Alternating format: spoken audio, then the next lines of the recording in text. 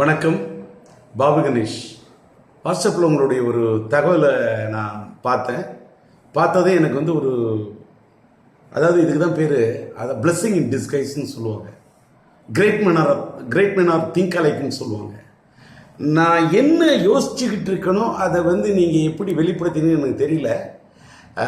நீங்கள் சொன்னதில் தமிழ் திரைப்பட தயாரிப்பாளர்கள் சங்கத்தில் என்னை வைத்து படம் எடுத்த கேஆர்ஜி இருக்காரு, மறைந்து விட்ட கேஆர்ஜி, சன் டிவியோடு போடப்பட்ட ஒப்பந்தம், அதாவது தமிழ் திரைப்பட தயாரிப்பாளர்கள் சங்கத்தை சேர்ந்த தயாரிப்பாளர்களுடைய பாடல்களையும் கிளிப்பிங்ஸையும் சன் டிவியில் போடுவதற்காக நமக்கு ஒரு ராயல்டி கொடுக்கணும்னு சொல்லும்போது அது கிட்டத்தட்ட 4 வருடங்களுக்கு முன்னால வரைக்கும் கிட்டத்தட்ட 1500 கோடி ரூபாய் நம்ம திரைப்பட தயாரிப்பாளர்களுக்கு வரணும், வந்து சேரணும் போட்டாங்க.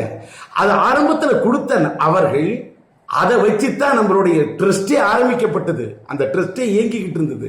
அப்படி இருக்குள்ள அந்த 1500 கோடி 4 வருஷத்துக்கு முன்னாடினா இப்ப கணக்கிட்டா 2000 கோடி வருமா, 2500, 3000, எத்தனை கோடியோ வரும். அந்த பணம் இருந்தாலே அத்தனை திரைப்பட தயாரிப்பாளர்களை வாழ வைக்கலாம்.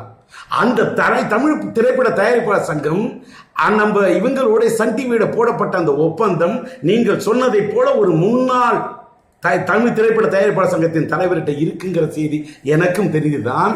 அந்த அடிப்படையில் இந்த சன் டிவிக்கு எதிராக இந்த எதிர்த்து போராடி எப்படியாவது எப்பேற்பட்ட ஆதிக்க சக்தியா இருந்தாலும் சரி, எப்பேற்பட்ட ஒரு பணபலம் படைத்த வல்லமையில் இருந்த சக்தியா இருந்தாலும் சரி, எதிர்த்து போராடணும், இந்த பிரச்சனையை கையில தூக்கணும் அப்படிங்கிறதுக்காக தான் நான் தமிழ் திரைப்பட தயாரிப்பாளர் சங்கத்துல நிக்கணும்னு சொன்னப்ப நான் தலைவரா நிக்கிறதுக்கு ஒப்புதல் அளித்தேன் சிலருக்கு. ஆனால் இந்த செய்தி கேள்விப்பட்டதும் தான் அவர்கள் டி ராஜேந்தர் என்ற இந்த தன்மானம் உள்ள தாடியை எதிர்க்க எத்தனை கோடி வேணாலும் நாங்க இறக்கணத்துக்கு தயாரா இருக்கோம். டி ராஜேந்தர் தமிழ் திரைப்பட தயாரிப்பாளர் சங்கத்தின் தலைவரா வந்துட்டா பலருக்கு பல விஷயத்தில் ஆபத்து.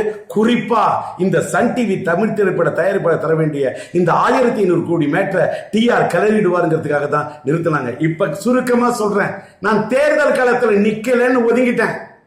ஆனா எல்லாரும் ஒதுங்கிட்டேன்னு நினைக்கிறாங்க, பதுங்கி இருக்கிறேன். புலி என்னைக்கும் பாயறதுக்கு தான் பதுங்கும். வர வேண்டிய 1500 கோடி கொடுக்காம இந்த சன் டிவி இழுத்து எடுத்தா இந்த தமிழ் திரையுலகம் தாங்குமா?